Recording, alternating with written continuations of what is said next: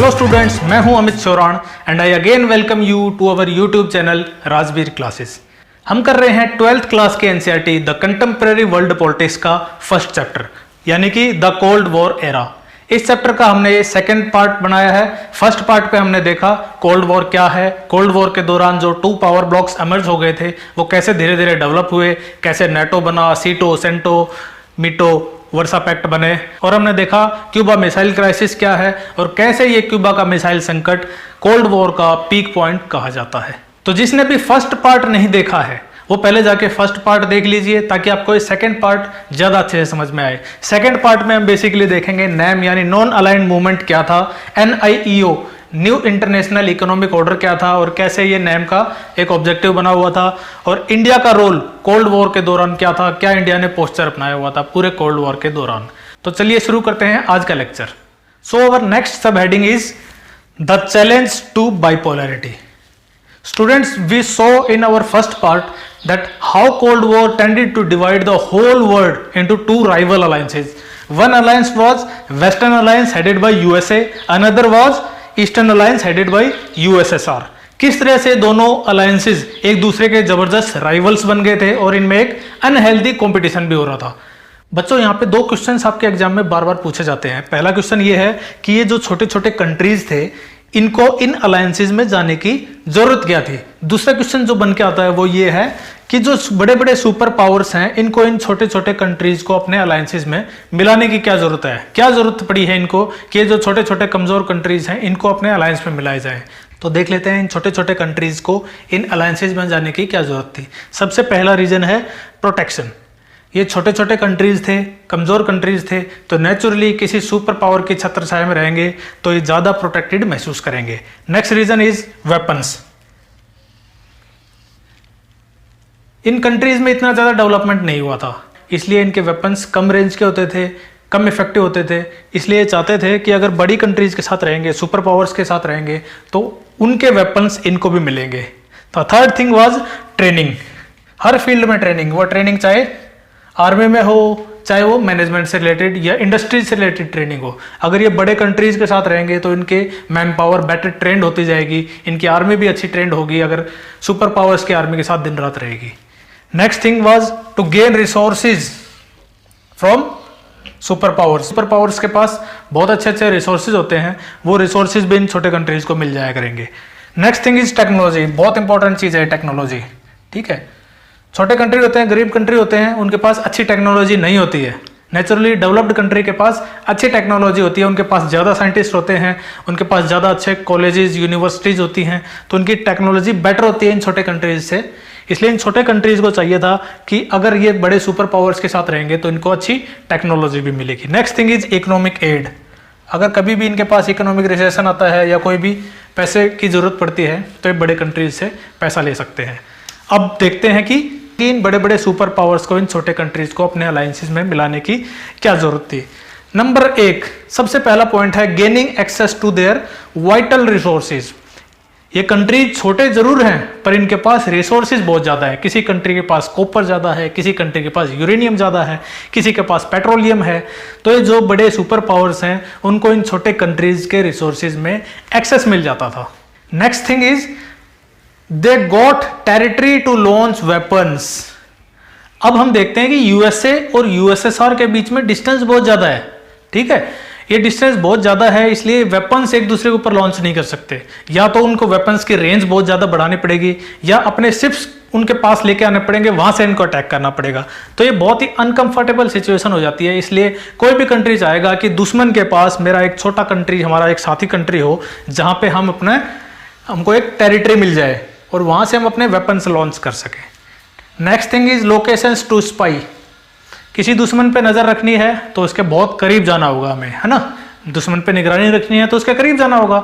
इसलिए यूएसए भी चाहता था कि यूएसएसआर के करीब ऐसे कंट्रीज मिल जाएं जहां से वो यूएसएसआर के ऊपर स्पाई कर सके। ऐसे यूएसएसआर चाहता था कि यूएसए के पास कंट्रीज, उसको ऐसे अपने साथी कंट्रीज मिल जाएं ताकि वो यूएसए के ऊपर स्पाई कर सके, निगरानी रख सके। Next thing is economic and logistic support for military. उनकी जो भी मिलिट्री है उनको इकोनॉमिक सपोर्ट मिले, लॉजिस्टिक सपोर्ट मिले। लॉजिस्टिक सपोर्ट क्या है? मान लो अमेरिका का कोई शिप आ रहा है यूएसएसआर के पास स्पाई करने के लिए या फिर अटैक करने के लिए। लेकिन वहां तक आते आते और 2-3 दिन पेट्रोलिंग करते करते उसका डीजल खत्म हो जाएगा। तो अभी उसको क्या करना है, अब वो ship all the way back to वापस जाएगा अमेरिका, वहां से रिफ्यूलिंग करवाएगा और वापस फिर से आएगा यूएसएसआर के पास। अब वो कुछ दिन पेट्रोलिंग करेगा, उसके बाद जवानों को राशन खत्म हो जाएगा, तो फिर से जाएगा यूएसए और वापस राशन लेके फिर से आएगा यूएसएसआर के पास। तो ये वॉर तो ऐसे नहीं लड़ा जा सकता। तो इसलिए कंट्रीज को चाहिए थे कि दूसरे कंट्री के पास ही कोई ऐसा कंट्री मिल जाए जो लॉजिस्टिक सपोर्ट वहीं से मिल जाए, वहीं से उनके शिप्स को डीजल मिल जाए, पेट्रोलियम मिल जाए और वहीं पे उनके जवानों को खाना मिल जाए। Now next point is winning the war of ideology. War of ideology बच्चों बहुत इंपॉर्टेंट पॉइंट है। ये पॉइंट तो आपको आंसर में लिखना ही लिखना है। हम सब जानते हैं कि कोल्ड वॉर एक वॉर ऑफ आइडियोलॉजी तो था। अमेरिका चाहता था कि पूंजीवाद यानी कि कैपिटलिज्म को एक बेटर आइडियोलॉजी माना जाए वर्ल्ड में, ठीक है। वहीं पे यूएसएसआर यानी सोवियत यूनियन क्या चाहता था कि कम्युनिज्म या सोशलिज्म को एक बेटर आइडियोलॉजी माना जाए। तो जिसके अलायंस में जितने ज्यादा कंट्रीज होंगे, इसका मतलब ये एक सिंबल है कि उसकी आइडियोलॉजी को ज्यादा पसंद किया जा रहा है। यानी कि जो आइडियोलॉजी की जो वॉर है वो कंट्री जीतेगा जिसका अलायंस ज्यादा बड़ा होगा। सो इस तरीके से इन दोनों अलायंसेज में कंपटीशन बढ़ता गया और ये दोनों अलायंसेज बड़े होते गए और वर्ल्ड 2 पोल में डिवाइड हो गया। यानी कि वर्ल्ड के 2 पोल बन गए, 2 ध्रुव बन गए। एक ध्रुव बन गया वेस्टर्न अलायंस, एक ध्रुव बन गया ईस्टर्न अलायंस। तो वर्ल्ड को क्या बोला जाता है, बाइपोलैरिटी। बाई का मतलब 2, बाइपोलर वर्ल्ड बन गया। और एक दिन इस बाइपोलर वर्ल्ड को चैलेंज करने के लिए एक ऑर्गेनाइजेशन बना, उस ऑर्गेनाइजेशन को बोलते हैं नैम। 2 पोल बन के हैं, एक पोल ये है, एक पोल ये है। एक तीसरा ऑर्गेनाइजेशन बन के आया, नॉन अलाइंड मूवमेंट, जिसने इस बाइपोलैरिटी को चैलेंज किया। कैसे इस नैम ने बाइपोलैरिटी को चैलेंज किया, क्या था ये नैम और कौन कौन इसके मेंबर्स थे, चलिए देखते हैं। So NAM, non aligned movement. NAM एक ऑर्गेनाइजेशन बना 1961 में। इस ऑर्गेनाइजेशन ने इस बाइपोलैरिटी को चैलेंज किया। यानी वर्ल्ड में 2 पोल बन गए थे, वेस्टर्न अलायंस और ईस्टर्न अलायंस। इस बाइपोलैरिटी को नैम ने चैलेंज किया, इस बाइपोलर वर्ल्ड को नैम ने चैलेंज किया। कैसे? इस नैम ने एक प्लेटफॉर्म प्रोवाइड किया कंट्रीज को कि जो कंट्री वेस्टर्न अलायंस और ईस्टर्न अलायंस में ज्वाइन नहीं करना चाहते हैं वो नैम को ज्वाइन कर सकते हैं। तो कौन कौन थे इस नैम के मेंबर्स? नैम के मेंबर्स वो सारे डीकोलोनाइज्ड कंट्री थे जिनको अभी अभी हाल में ही आज़ादी मिली थी। वो किसी दूसरे देश के गुलाम रहे थे, किसी दूसरे देश की कॉलोनी रहे थे। उन्होंने कहा अरे भाई आपका बेशक कोल्ड वॉर चल रहा हो पर हमें नई नई आज़ादी मिली है, कई सालों तक विदेशियों ने हमारा खून चूसा है, हमारी इकोनॉमी का भट्ठा बैठ चुका है, तो हमें इस कोल्ड वॉर में शामिल नहीं होना है। हमें करना है अपना डेवलपमेंट, हमें अपनी पॉवर्टी पे काम करना है, हमें हमारे हेल्थ इश्यूज पे काम करना है, हमें एजुकेशन पे काम करना है। तो हमें डेवलपमेंट करना है और हमें आपके वेस्टर्न और ईस्टर्न अलायंस में शामिल होकर अपने डेवलपमेंट को रोकना नहीं है। अब नैम बना था 1961 में, पर ऐसा तो नहीं है कि 1961 में अचानक से नैम बन गया होगा, इससे पहले माहौल भी बना होगा। तो नैम का जो ओरिजिन है, जो इसके रूट्स हैं, वो हम देख सकते हैं। ये 3 कंट्रीज हैं, इन 3 कंट्रीज के 3 लीडर्स हैं। इन 3 लीडर्स की दोस्ती में ये 3 दोस्त थे, एक इंडिया के जवाहरलाल नेहरू, एक युगोस्लाविया के टिटो और एक इजिप्ट के नासिर। पूरा नाम देखेंगे तो Jawaharlal Nehru, Joseph Broz Tito from Yugoslavia and Gamal Abdel Nasser Egypt के। तो आप ये 3 नाम याद रख लीजिए, नेहरू, टिटो एंड नासिर। इन तीनों की दोस्ती थी। तो ये तीनों के तीनों 1956 में मिले और इन्होंने डिस्कस किया कि ये कोल्ड वॉर हमारी प्रोग्रेस के लिए ठीक नहीं है, ये जो छोटे छोटे कंट्रीज हैं इनकी प्रोग्रेस के लिए अच्छा नहीं है। इसलिए क्यों ना हम एक ऑर्गेनाइजेशन बनाए जो हमें मौका दे कि हम वेस्टर्न और ईस्टर्न अलायंस में जाने से बच जाएं और इस ऑर्गेनाइजेशन का पार्ट बन जाएं। तो हम एक ऐसा ऑर्गेनाइजेशन बना सकते हैं। ये बातें पता चली। 2 और लीडर होते थे वर्ल्ड के, एक घाना के क्वामे कुमरा और इंडोनेशिया के सुकार्नो। इन दोनों को इस मीटिंग के बारे में पता चला और इन दोनों ने कहा हम आपके इस आइडिया को सपोर्ट करते हैं। तो इन 5 कंट्रीज को बोला जाता है 5 फाउंडर्स ऑफ नैम। नैम के 5 फाउंडर, फाउंडिंग स्टोन रखने वाले। नैम का जो फाउंडिंग स्टोन रखा था इन 5 कंट्रीज के लीडर्स ने रखा था। इन 5 कंट्रीज के लीडर्स ने लगातार 4-5 साल तक काम किया और 1956 से 61 तक बहुत सारे कंट्रीज को अपने आइडिया में शामिल कर लिया। तो फाइनली 1961 में बेलग्रेड में, BELGRADE, बेलग्रेड में नैम की फर्स्ट समिट हुई। इस फर्स्ट समिट में 25 मेंबर्स ने पार्टिसिपेट किया। कितने मेंबर्स? 25 मेंबर्स ने पार्टिसिपेट किया। 5 तो फाउंडर्स हैं, इसके अलावा 20 और आए, यानी 25 मेंबर्स ने नैम की फर्स्ट समिट जो बेलग्रेड में हुई थी इसमें पार्टिसिपेट किया। फर्स्ट समिट कब हुई थी? 1961 में। धीरे धीरे नैम एक्सपेंड होता गया और इसकी अभी लेटेस्ट जो मीटिंग हुई है यानी 18th समिट, 18th समिट हुई है अक्टूबर 2019 में। 18वीं समिट हुई है, 18वीं मीटिंग हुई है। समिट बोलते हैं टॉप लीडर्स की मीटिंग को समिट कहा जाता है, ठीक है। 18 समिट हुई है अक्टूबर 2009 में। कहां पर? एक कंट्री है अजरबैजान, AZERBAIJAN, एशिया में कंट्री है अजरबैजान। यहाँ पे 18th समिट हुई है इनकी, और इसमें कितने मेंबर्स ने पार्टिसिपेट किया? मोर देन 120, यानी 120 प्लस मेंबर्स। इतना बड़ा ऑर्गेनाइजेशन ये आज के दिन बन चुका है। सो बेसिकली नैम के फॉर्मेशन के पीछे हमारी बुक में 3 फैक्टर्स बताए गए हैं, ठीक है। 3 कारण बताए गए हैं कि क्यों नैम का ओरिजिन हुआ था। पहला फैक्टर है cooperation among these 5 countries. In 5 countries में बहुत अच्छा कोऑपरेशन था, इसलिए जितना ज्यादा अच्छा कोऑपरेशन होगा उतने ज्यादा एफर्ट्स लगाए जाएंगे। इन 5 के कोऑपरेशन के कारण ये नैम का ओरिजिन सक्सेसफुल हो पाया। Second thing is growing cold war tensions. Cold war की टेंशंस बढ़ती जा रही थी और इसके एरिना भी वाइडन होता जा रहा था। पहले कोल्ड वॉर सिर्फ ईस्टर्न और वेस्टर्न अलायंस यानी ईस्टर्न वेस्टर्न यूरोप तक सीमित था। धीरे धीरे फिर जैसे नेटो के बाद सीटो बना तो साउथ ईस्ट एशिया में भी आ गया, फिर सेंटो या बगदाद पैक्ट आया, यानी इसके एरिनाज वाइडन होते जा रहे थे, इसका दायरा बढ़ता जा रहा था और कोल्ड वॉर की टेंशन भी बढ़ती जा रही थी। इसलिए कंट्रीज को ज्यादा फिक्र होने लगी और उन्होंने नैम बनाने के बारे में सोचा। तीसरा रीजन है dramatic entry of many newly decolonise country. नए नए कंट्रीज आने लगे, डेवलप होने लगे। जो डीकोलोनाइज कंट्रीज थे, पहले किसी के कॉलोनी रहे थे, अब वो आजाद होना शुरू हो गए। उनको अपनी पॉवर्टी पे काम करना था, अपने एजुकेशन पे काम करना था, अपने हेल्थ सर्विसेज पे काम करना था। इसलिए 3 रीजंस बताए गए हैं, 3 फैक्टर्स बताए गए हैं बुक के अंदर behind the formation of NAM. ये तीनों फैक्टर्स भी याद कर लीजिएगा। सो अब यहाँ नैम को समझने की जरूरत है। बच्चों, नैम बना था 1961 में और यहाँ तक कि आज 2020 में भी बहुत से पढ़े लिखे लोग इसकी पॉलिसीज को मिस इंटरप्रेट करते हैं, इसको आज भी अच्छी तरीके से नहीं समझ पाए हैं। They think not being a member of alliance means going in isolation और न्यूट्रलिटी, पर ऐसा नहीं है। आइसोलेशन क्या होता है? आइसोलेशन का मतलब होता है अपने आप को आइसोलेट कर लेना, यानी कि remaining aloof from world affairs. World में कुछ भी हो रहा हो मुझसे अलग रहेंगे। वेस्टर्न अलायंस, ईस्टर्न अलायंस आपस में लड़ते रहे, हमें इससे कोई मतलब नहीं है। हमने अपने आप को आइसोलेट करके अलग रखा हुआ है। क्या नैम ये था? नहीं, नैम आइसोलेशनिज्म नहीं था। NAM was not isolationism. बल्कि नैम क्या था फिर? नैम का आइडिया क्या था?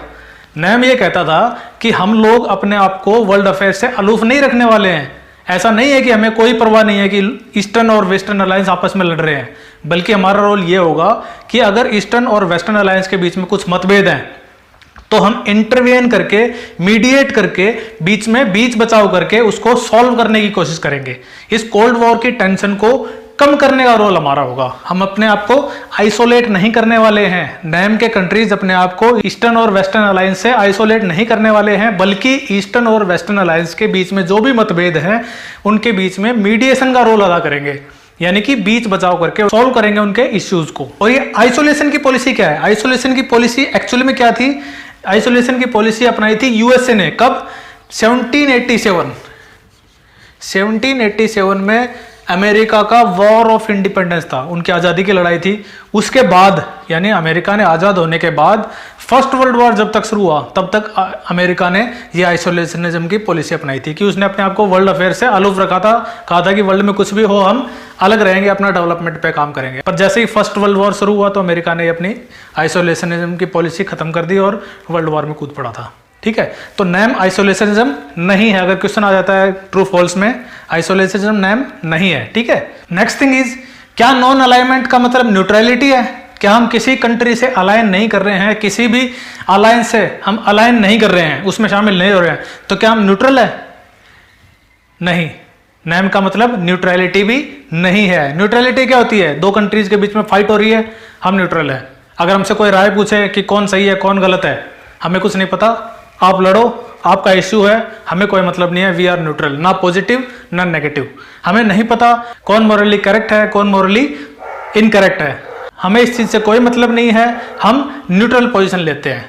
पर नैम क्या था, नैम ऐसा नहीं करता था। नैम का मतलब न्यूट्रलिटी भी नहीं थी, ठीक है, non alignment was not neutrality. तो नैम का क्या आइडिया था, नैम का आइडिया था कि भाई दो कंट्रीज में अगर वॉर होगा तो हम मीडिएट करेंगे। पहली बात तो हम कोशिश करेंगे कि दोनों कंट्रीज में वॉर ना हो। अगर ऐसी कोई सिचुएशन बन रही है, कोई कंडीशंस बन रही हैं कि एक कंट्री दूसरे कंट्री से लड़ने वाला है, तो हम दोनों कंट्रीज के लीडर से बात करेंगे। नैम के जितने भी कंट्रीज हैं वो सारे मिलकर दोनों कंट्रीज के लीडर से बात करेंगे और उनको समझाएंगे कि वॉर आपको नहीं करनी है, ठीक है। और अगर वॉर पहले से छिड़ गया है तो भी हम कोशिश करेंगे कि ये वॉर जल्दी से जल्दी खत्म हो, ताकि वर्ल्ड में पीस पे काम हो सके, वर्ल्ड में डेवलपमेंट पे काम हो सकते। तो नैम का जो पूरा आइडिया था वो आइसोलेशनिज्म भी नहीं था और न्यूट्रलिटी भी नहीं था। वो आइडिया क्या था कि वर्ल्ड में पीस और प्रोस्पेरिटी पे काम किया जाए, ऐसे कंडीशंस बनाए जाए कि कोल्ड वॉर की टेंशंस को खत्म किया जा सके। अब एक चीज और थी जो नैम चाहता था। वो नैम क्या चाहता था, वो चीज है NIEO। बहुत इंपॉर्टेंट टॉपिक है बच्चों ये आपके लिए, सीबीएसई बहुत बार इस क्वेश्चन को पूछती है। NIEO क्या है, न्यू इंटरनेशनल इकोनॉमिक ऑर्डर। क्या था ये न्यू इंटरनेशनल इकोनॉमिक ऑर्डर, और क्या ये ऑर्डर बन पाया था या ये सिर्फ एक आइडिया बन के रह गया था। So next is NIEO, new international economic order. क्या है ये, तो बच्चों अभी हमने देखा कि कोल्ड वॉर के दौरान नैम कंट्रीज ने कहा कि उनका काम होगा मीडिएशन का रोल करना, ठीक है, उनका काम होगा बीच बचाव करना अगर किसी दो कंट्रीज के बीच में युद्ध हो रहा है या युद्ध की स्थिति बन रही है। पर क्या सिर्फ यही एक काम था जिसके कारण नैम बना था? क्या नैम का सिर्फ एक ही पर्पज था कि दो कंट्रीज के बीच में या दोनों अलायंसेज के बीच में मीडिएशन का रोल अदा करना? नहीं, नैम के पास उससे भी बड़ा एक चैलेंज था। वो क्या चैलेंज था बच्चों? हम जानते हैं कि नैम में बहुत सारे वो कंट्रीज थे जो न्यूली डीकोलोनाइज्ड थे, यानी उन्हें नई नई आज़ादी मिली थी और बहुत सालों तक किसी दूसरी कंट्री के गुलाम रहे थे, ठीक है। तो उनको अपनी पॉवर्टी पे काम करना था, अपनी एजुकेशन पे काम करना था, यानी कि अपने डेवलपमेंट पे काम करना था। सबसे बड़ा इश्यू उनके लिए था डेवलपमेंट का। वो कंट्रीज कहलाते थे least developed countries, LDCs, least developed countries. बहुत ज्यादा डेवलपमेंट की जरूरत थी इन कंट्रीज को, ठीक है। तो इन LDCs के पास एक मुद्दा यह था कि जो वर्ल्ड में जो इकोनॉमिक ऑर्डर है, वर्ल्ड का यानी इंटरनेशनल इकोनॉमिक ऑर्डर है, आर्थिक जो एक ढांचा बना हुआ है, वर्ल्ड की इकोनॉमी कैसे चल रही है। बहुत सारे कंट्रीज हैं जो सुपर पावर्स हैं, जो बड़े कंट्रीज हैं, उन पे छोटे कंट्रीज, न्यूली डीकोलोनाइज्ड कंट्रीज, नए नए आजाद हुए कंट्रीज, उन पे डिपेंडेंट है। आज भी अगर हम देखें तो बड़े बड़े कंट्रीज की जो MNCs है, मल्टीनेशनल कंपनीज है, वो छोटे छोटे कंट्रीज में आके सेटअप बनाती हैं और वहां पे बहुत ज्यादा रेवेन्यू अर्न करती हैं। तो इन LDCs का मेन मुद्दा यही था कि जो इंटरनेशनल इकोनॉमिक ऑर्डर था इसमें बदलाव करने की जरूरत है, यानी कि हमें एक न्यू इंटरनेशनल इकोनॉमिक ऑर्डर चाहिए। जो इंटरनेशनल इकोनॉमिक ऑर्डर है ये पुराने वाला जिससे वर्ल्ड की इकोनॉमी चल रही है वो हमें नहीं चाहिए, हमें एक नया इंटरनेशनल इकोनॉमिक ऑर्डर चाहिए। तो ये एक मेन मुद्दा था LDCs का, जो नैम ने भी बाद में अपना लिया था। ये मुद्दा शुरू कहां से हुआ? ये मुद्दा शुरू हुआ, एक ऑर्गेनाइजेशन है UNCTAD, ऑर्गेनाइजेशन का नाम है UNCTAD, United Nations conference on trade and development, United Nations conference on trade and development. ये ऑर्गेनाइजेशन है, इसने 1972 में एक रिपोर्ट जारी की, एक रिसर्च रिपोर्ट थी जो इसने जारी की। रिसर्च रिपोर्ट का नाम बहुत इंपॉर्टेंट है, आप इसके ऊपर कोई क्वेश्चन आ जाएगा तो इस रिपोर्ट का नाम जरूर लिखना। रिपोर्ट का नाम है towards a new trade policy for development, towards a new trade policy for development. ये एक रिपोर्ट है जो 1972 में इस ऑर्गेनाइजेशन ने जारी की थी, UNCTAD ने। इस रिपोर्ट में डेवलपमेंट के लिए, वर्ल्ड के डेवलपमेंट के लिए एक नई ट्रेड पॉलिसी के लिए सुझाव दिए गए थे कि वर्ल्ड का डेवलपमेंट कैसे हो, उसके लिए एक ट्रेड की नई पॉलिसी बननी चाहिए। जो पहले जो ट्रेड चल रहा है उससे पूरे वर्ल्ड का डेवलपमेंट नहीं होगा, उससे सिर्फ बड़े कंट्रीज का ही डेवलपमेंट हो पाएगा, छोटे कंट्रीज डेवलप नहीं कर पाएंगे अगर पुरानी ट्रेड पॉलिसी चलती रही। तो हमें एक नई ट्रेड पॉलिसी चाहिए ताकि वर्ल्ड में सबका डेवलपमेंट हो सके। ऐसी एक रिपोर्ट जारी की थी। उस रिपोर्ट में 4 प्रपोजल्स थे। उस रिपोर्ट में मेनली 4 प्रपोजल्स है, 2 आपकी बुक में लिखे गए हैं, वो चारों प्रपोजल्स याद कर लेना, ठीक है। पहला प्रपोजल है give LDCs control over there natural resources. जो LDCs हैं, LDCs मतलब लीस्ट डेवलप्ड कंट्रीज, जिसकी बात अभी हम कर रहे थे नैम वाले, ठीक है, लीस्ट डेवलप्ड कंट्रीज को खुद के नेचुरल रिसोर्सेज पर कंट्रोल दो। पहले क्या हो रहा था कि लीस्ट डेवलप्ड कंट्रीज में नेचुरल रिसोर्सेज तो हैं, वहां पे कॉपर है, एल्यूमिनियम है, यूरेनियम है, सब कुछ है, पर उनके पास टेक्नोलॉजी नहीं है, पर उनके पास ऐसे चीजें नहीं है जिससे वो उस रिसोर्सेज को निकाल सके। तो वो डिपेंडेंट किस पे हैं? वो डिपेंडेंट है फॉरेन कंपनीज पे, बड़ी बड़ी मल्टीनेशनल कंपनीज पे, बड़ी बड़ी कंपनीज जो सुपर पावर्स और बड़े बड़े कंट्रीज से आती हैं, ठीक है। तो उसके कारण एलडीसीज को सिर्फ थोड़ा बहुत पैसा दे देते हैं, वो बाकी उनके सारे के सारे नेचुरल रिसोर्सेज निकाल के ले जाते हैं। तो इस ट्रेड पॉलिसी की जो नई ट्रेड पॉलिसी फॉर डेवलपमेंट जो रिपोर्ट थी उसमें बोला गया कि जो एलडीसीज हैं उनको अपने नेचुरल रिसोर्सेज पे कंट्रोल दो, उनका ज्यादा कंट्रोल होना चाहिए, ना कि दूसरे कंट्रीज का, उनका खुद का कंट्रोल होना चाहिए हमारे नेचुरल रिसोर्सेज पे। दूसरा प्रपोजल क्या था? Obtain access to western markets. Western markets मतलब यूरोप की मार्केट्स, अमेरिका की मार्केट्स, इनकी मार्केट में एलडीसीज का सामान पहले नहीं जा सकता था। क्यों? क्योंकि एलडीसीज लीस्ट डेवलप्ड कंट्री है, उनके पास टेक्नोलॉजी की कमी है, जैसे तैसे वो बनाते हैं, उनके सामान बहुत महंगा हो जाता है। वहाँ यूएसए है, यूरोपियन कंट्रीज है, उनमें इंडस्ट्रियलाइजेशन आ चुका है, उनमें बहुत बड़ी बड़ी फैक्ट्रीज लग चुकी हैं, वो बल्क में सामान बनाते हैं, इसलिए उनका सामान बड़ा सस्ता है। दूसरा चीज, उनके बेटर क्वालिटी के सामान बनते हैं, एलडीसीज में उतने अच्छी क्वालिटी का सामान नहीं बनता है, तो उनका सामान, एलडीसीज का सामान वेस्टर्न मार्केट्स में जा ही नहीं सकता, वेस्टर्न मार्केट में बिक ही नहीं सकता। बल्कि उसका उल्टा क्या हो रहा है कि वेस्टर्न जो कंट्रीज हैं वो अपना सामान इन एलडीसीज में बेच रहे हैं और यहाँ से पैसा लेके जा रहे हैं। तो इस रिपोर्ट में क्या कहा गया कि वेस्टर्न मार्केट्स में इनको एक्सेस दो, इनको मौका दो बेचने का, चाहे आपको थोड़ा सा इकोनॉमिक नुकसान उठाना पड़े, लेकिन एलडीसीज को मौका दो, तभी इन एलडीसीज का, लीस्ट डेवलप्ड कंट्रीज का भी डेवलपमेंट हो पाएगा। तीसरा प्रपोजल क्या है? Reduce cost of technology, cost of technology from western countries. अब जो एलडीसीज हैं, लीस्ट डेवलप्ड कंट्री है, उनको वेस्टर्न कंट्रीज से टेक्नोलॉजी तो मिल रही है, वेस्टर्न कंट्री वाले उनको टेक्नोलॉजी बेच रहे हैं, पर वो टेक्नोलॉजी बहुत महंगी बेच रहे हैं, ठीक है, उनको नई चीजें बता रहे हैं, नई टेक्नोलॉजी बता रहे हैं, पर वो बहुत पैसा ले रहे हैं उनसे। तो उन्होंने क्या कहा कि ये कॉस्ट ऑफ टेक्नोलॉजी कम करो, रिड्यूस करो, ताकि एलडीसीज को जल्दी टेक्नोलॉजी मिले और वो भी डेवलप कर सके। और चौथा प्रपोजल क्या है? Provide LDCs a greater role in international economic institutions. International economic institutions यानी वर्ल्ड में जो इकोनॉमिक इंस्टीट्यूशन है, कौन कौन से हैं? वर्ल्ड के बड़े बड़े इकोनॉमिक इंस्टीट्यूशन जो इकोनॉमी से रिलेटेड काम करते हैं, आईएमएफ, वर्ल्ड बैंक, ठीक है, ये सब इंटरनेशनल इकोनॉमिक इंस्टीट्यूशंस हैं। अब इनमें क्या इश्यू है? इनमें इश्यू ये है कि वेस्टर्न कंट्रीज हैं, जो डेवलप्ड कंट्रीज हैं, उनकी ज्यादा चलती है इन इंस्टीट्यूशंस में। तो इंस्टीट्यूशन जो भी पॉलिसी बनाएंगे, किसी को लोन देंगे तो उनको ज्यादा देंगे, है ना, तो कोई भी पॉलिसी बनाएंगे तो वेस्टर्न कंट्रीज या डेवलप्ड कंट्रीज के फेवर में ज्यादा बनाते हैं, एलडीसीज को उतना तवज्जो नहीं देते ये लोग। तो इस रिपोर्ट में कहा गया कि एलडीसीज को इन इंटरनेशनल इकोनॉमिक इंस्टीट्यूशंस में ज्यादा बड़ा रोल दो, ग्रेटर रोल दो, ताकि ये भी पार्टिसिपेट कर पाए और इनको भी मौका मिले डेवलप होने का, ठीक है। तो ये 4 प्रपोजल्स थे जो यूएनसीटीएडी ऑर्गेनाइजेशन ने अपनी रिपोर्ट में दिए थे। रिपोर्ट का नाम क्या है? Towards a new trade policy for development. इस रिपोर्ट की हेडिंग है, ये नाम है इसका, ठीक है। 1972 में रिपोर्ट पब्लिश हुई थी, किसने की थी? UNCTAD, United Nations conference on trade and development. So ये एनआईईओ का जो मुद्दा है ये नैम ने भी उठाया। ये नैम ने 1973 में नैम की 4th समिट हुई। कौन सी? 4th summit. कहां हुई है? ये हुई अल्जीरिस में, ALGERIS। नैम की 4th समिट हुई अल्जीरिस में 1973 में।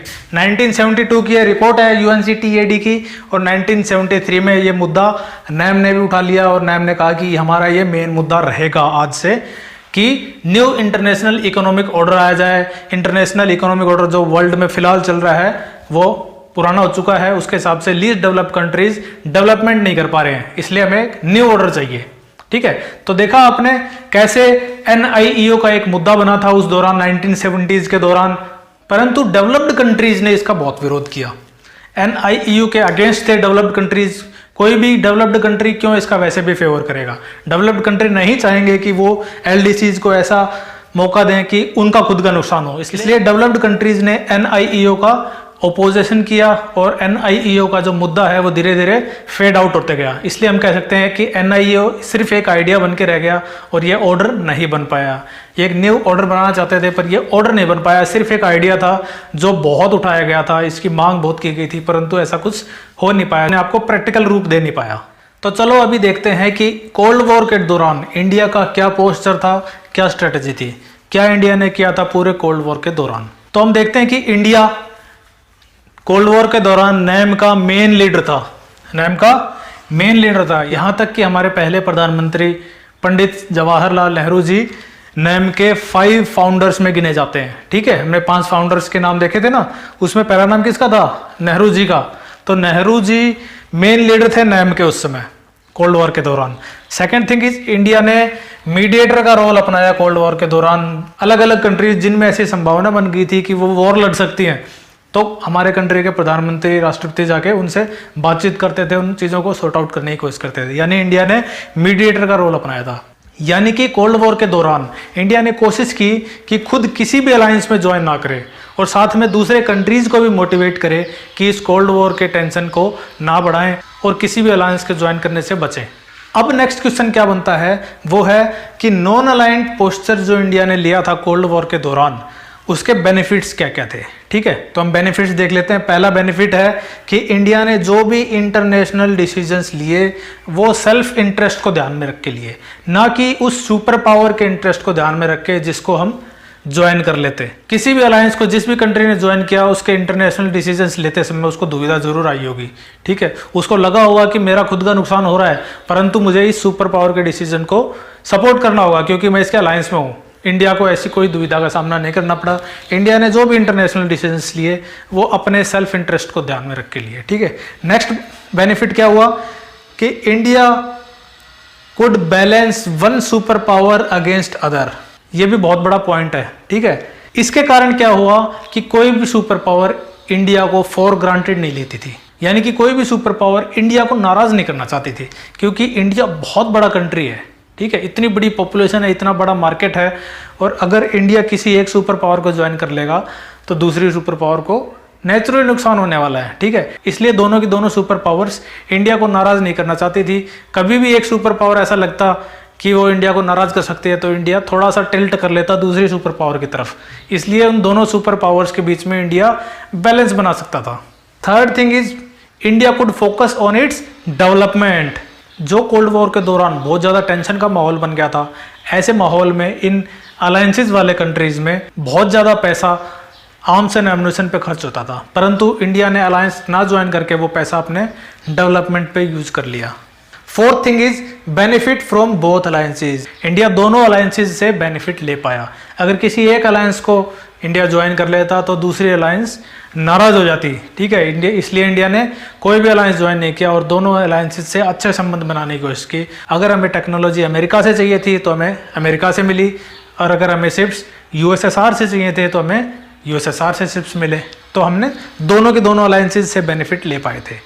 अब इंडिया का जो नॉन अलाइंड पोस्चर है उसके एक दो क्रिटिसिज्म भी है। पहला क्रिटिसिज्म यह है कि इंडिया ने अनप्रिंसिपल्ड स्टैंड लिया on some of the international critical issues. कुछ इंटरनेशनल क्रिटिकल इश्यूज ऐसे थे जिसमें इंडिया ने प्रॉपरली अपने नॉन अलाइंड पॉलिसी को फॉलो नहीं किया, ऐसा इल्जाम लगाया जाता है। सेकंड क्रिटिसिज्म है कि India was inconsistent in its policy. India अपनी पॉलिसी में इनकंसिस्टेंट था, कभी फॉलो करता था कभी नहीं करता था। फॉर एग्जांपल 1971 में इंडिया ने रशिया के साथ एक 20 ईयर्स के लिए ट्रीटी ऑफ फ्रेंडशिप साइन कर ली, बट इंडिया ने क्लैरिफाई किया था कि ये जो डिसीजन लिया गया था वो बांग्लादेश क्राइसिस के टाइम लिया गया था। 1971 में इंडिया पाकिस्तान का वॉर हुआ था, उस दौरान ये डिसीजन लिया गया था, ट्रीटी साइन की गई थी रशिया के साथ। परंतु इसका कतई ये मतलब नहीं है कि इंडिया USA के साथ अपने रिलेशंस खराब कर रहा है। इसलिए इंडिया ने क्लियर कर दिया था कि जो ट्रीटी ऑफ फ्रेंडशिप साइन की गई है 1971 की रशिया के साथ, वो अमेरिका के अगेंस्ट बिल्कुल नहीं है। तो अब हम आ गए हैं इस चैप्टर के लास्ट सब हेडिंग पर, यानी इज नैम स्टिल रेलेवेंट। क्या नैम आज भी रेलेवेंस रखता है? बच्चों, हम जानते हैं कि नैम बना था 1961 में कोल्ड वॉर के कॉन्टेक्स्ट में। तो जब कोल्ड वॉर खत्म हुआ 1991 में USSR के डिसइंटीग्रेशन के साथ, तो ये मुद्दा उठने लगा, क्या नैम अब रेलेवेंस रखता है? अब बाइपोलैरिटी है ही नहीं, अब वर्ल्ड एक यूनिपोलर वर्ल्ड बन गया है। यानी कि पहले दो पोल थे, यूएसए और सोवियत यूनियन, अब सोवियत यूनियन का डिसइंटीग्रेशन हो चुका है, अब वर्ल्ड सिस्टम एक यूनिपोलर वर्ल्ड सिस्टम बन गया है। तो नैम का रेलेवेंस है कि नहीं है? नैम किसको चैलेंज करेगा जब बाइपोलैरिटी ही नहीं है? परंतु हमें ये बात नहीं भूलनी चाहिए कि नैम के पीछे कुछ कोर वैल्यूज भी थी, कुछ एंड्योरिंग आइडियाज भी थे, जो आइडिया कभी खत्म नहीं हो सकते। नैम सिर्फ कोल्ड वॉर के बीच में मीडिएशन करने के लिए नहीं था। हमने देखा कि नैम काम करता था एलडीसीज के लिए भी। वो सारे कंट्रीज, छोटे छोटे कंट्रीज जो लीस्ट डेवलप्ड कंट्रीज हैं, वो नैम के मेंबर्स हैं। नैम खत्म होने के बजाय नैम के मेंबर्स बढ़ते जा रहे हैं। आज भी नैम के मेंबर्स 120 से ज़्यादा हो चुके हैं। अभी हमने देखा जो 18 समिट हुई थी अजरबैजान में अक्टूबर 2019 में, उसमें मोर देन 120 मेंबर्स ने पार्टिसिपेट किया था। तो नैम का रेलेवेंस अभी ख़त्म नहीं हुआ है। नैम एलडीसीज के डेवलपमेंट में आज भी रोल अदा करता है, क्योंकि ये जो डीकोलोनाइज्ड स्टेट हैं, इनके बीच में एक हिस्टोरिकल एफिलिएशन है। इनकी हिस्ट्री एक जैसी रही है, इसलिए इन सब कंट्रीज में एफिलिएशन है, हिस्टोरिकल एफिलिएशन।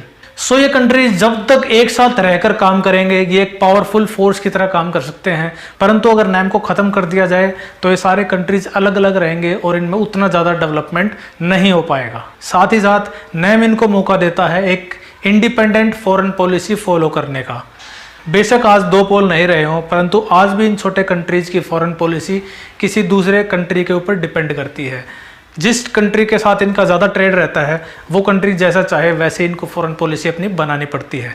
परंतु जब ये नैम के मेंबर्स होते हैं और एकजुट रहते हैं, तो इनको कहीं ना कहीं मौका मिलता है कि अपनी इंडिपेंडेंट फॉरेन पॉलिसी बना सकें और उसे फॉलो कर सकें। थर्ड थिंग इज, जो वर्ल्ड में इनइक्वालिटी है, उस इनइक्वालिटी को दूर करने के लिए भी नैम काम करता है।